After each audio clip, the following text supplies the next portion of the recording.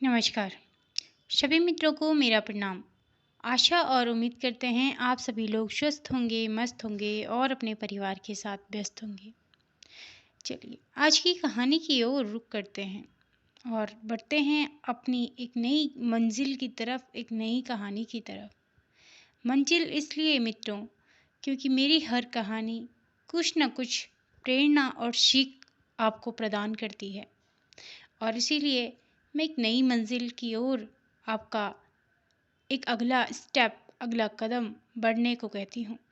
तो यही मेरी इच्छा है कि आप सभी लोग मेरी कहानियों से कुछ न कुछ सीख लें और अच्छी सीख ग्रहण करने के बाद सारे विश्व को उस प्रेरणा से अपने आप उस प्रेरणा से सभी को अवगत कराएं। तो चलिए बढ़ते हैं आज की कहानी की ओर। कहानी है एक नन्ही सी तितली की। एक छोटी सी बच्ची होती है जो कि काफ़ी गरीब परिवार में होती है। गरीब परिवार में जन्म लेने के कारण उसके सपने काफ़ी बहुत ज़्यादा बड़े बड़े होते हैं। अब क्या होता है मित्रों कि जब कोई अमीर घर का बच्चा कोई सपना देखे तो उसके माता पिता तुरंत चुटकी मारते ही उसके सपने पूरे कर देते हैं। और या तो अमीर घर में किसी ने जन्म लिया हो, टाटा, बिरला, अंबानी जैसे घर में, तो उनके सपने स्वयं भी पूरे हो जाते हैं क्योंकि पैसा वहाँ पानी की जैसे बहाया जाता है। पर किसी गरीब घर परिवार में और मिडिल क्लास फैमिली में कोई भी सपना देखना हो, उसके लिए अत्यंत मेहनत करनी होती है। ऐसे ही तितली का सपना था कि वो शहर जाए और अच्छी से शिक्षा ले और शिक्षा पढ़ाई लिखाई करने के बाद अपने पैरों पर खड़ी हो और एक अच्छी और सही इंसान बनकर अपने पूरे गांव का नाम रोशन करे और अपने गांव के काम आए। उनका गांव काफ़ी पिछड़ा था।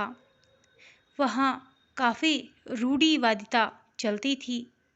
काफ़ी पुरानी रूढ़िवादिता परंपराएं चलती थी, जिसके कारण तितली आए दिन बहुत परेशान रहती थी। तितली यह अपनी माँ और पिता से कहती है कि माँ, मुझे शहर जाना है और नौकरी करके कुछ अच्छा इंसान बनना है, कुछ अच्छी इस जो हमारा गांव है, इस गांव के लिए कुछ अच्छा करना है।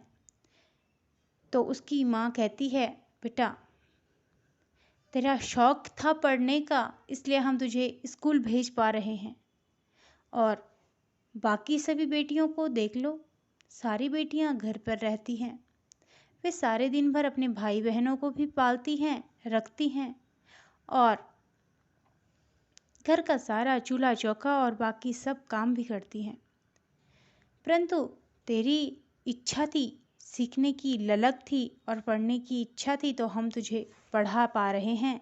यही हमारे लिए बहुत बड़ा कार्य हो चुका है और इससे हमें बहुत संघर्ष करना होता है। इसलिए हम तुझे आगे शहर नहीं भेज पाएंगे, तो हमें माफ़ करना बेटा।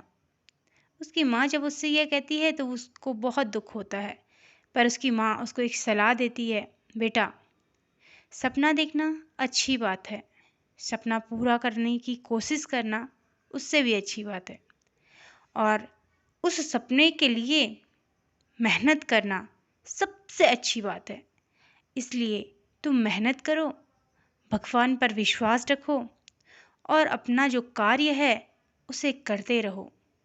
यही उसकी माँ ने उसको सीख दी, प्रेरणा दी कि आगे बढ़ते रहो, प्रयास करते रहो, कभी डरो नहीं, कभी हारो नहीं, झुको नहीं, गिरो फिर उठो और आगे बढ़ते रहो। बस एक न एक दिन तुम्हें तुम्हारी मंजिल ज़रूर मिलेगी। तितली की माँ जब उससे यह कहती है तो वह समझ नहीं पाती अब तितली बड़ी हो चुकी थी और उसने जैसे तैसे कई कठिनाइयों को झेलते हुए, कई लोगों के ताने सुनते हुए, कई गांव वालों के ताने टॉन्ट सुनते हुए 12th तक कर दिया। जब वह 12वीं पास हो चुकी थी तभी उस गांव में एक एनजीओ आया। एनजीओ वालों ने उस लड़की को कहा कि हम तुम्हें शहर ले जा सकते हैं, उसके लिए तुम्हें ये कार्य करना होगा और तुम इसे जॉब की जैसे समझो, ये तुम्हारा काम होगा, इसके तुम्हें पैसे मिलेंगे और तुम्हें 1 साल की ट्रेनिंग लेनी होगी, सीखना होगा इस काम को और वो सिखाएंगे सिर्फ हम। और हाँ, तुम्हारा वहाँ रहना खाना मुफ्त होगा, बस तुम्हें ये फॉर्म भरना होगा। तितली ने सारा फॉर्म फिल किया और उसे अगले ही क्षण मतलब अगले ही दिन उसको वहाँ से शहर जाना था। तितली बहुत खुश थी क्योंकि उसका सपना पूरा हो रहा था। वह अपनी माँ के पैर छूती है, वह भगवान के पास जाती है यानी कि मंदिर, और मंदिर भगवान को शीश नवाती है और कहती है आज मेरा सपना पूरा हो गया। हाँ, मेरी माँ ने सत्य कहा था, अपने सपने को टूटने मत दे, बिखरने मत दे, हार मत, बस लगी रह, जी जान से मेहनत कर और तू एक दिन अपनी सपनों की उड़ान ज़रूर भरेगी। तो तितली 1 साल के लिए उस गांव से दूर चली जाती है। जब वह उस गांव से दूर जाती है तो उसकी बहुत सारी जो सखी सहेलियां होती हैं अगल बगल वाली, उनकी सबकी शादी हो चुकी थी। क्योंकि मैंने कहा ना, उस गांव में काफ़ी रूढ़िवादिता चलती थी, उस गांव में काफ़ी रूढ़िवादिता परंपराएं थी। वहाँ के बच्चे यानी कि अगर कोई बेटी है तो दूसरी माँ है उन बच्चों की, उनकी बाकी बच्चों की, और अगर कोई बेटा है तो दूसरा पिता है उस पूरे घर का। इस प्रकार से उस पूरे गांव में निर्धनता छाई हुई थी। कोई भी पढ़ता नहीं था, कोई भी पढ़ता नहीं था। अब जब पढ़ोगे नहीं तो बढ़ोगे कैसे। और वहीं से उड़ान भरी तितली ने 1 साल की ट्रेनिंग ली और अच्छा काम करके दिखाया। उसकी तरक्की हुई, एनजीओ में उसे एक अच्छी पोस्ट मिल गई और वह वापस अपने गांव आई 1 साल के बाद छुट्टी लेकर। और उसने धीरे धीरे सारे एनजीओ से अपने गांव को परिवर्तित कर दिया, बदल दिया। थोड़ा थोड़ा करके उसने सारा गांव बिल्कुल नया बना दिया और उस गांव में काफ़ी नई मशीनें लगवाई, काफ़ी औरतों को, महिलाओं को काम दिया, काफ़ी बेरोजगारों की मदद करी और बच्चों के लिए अच्छे स्कूल का प्रबंध किया।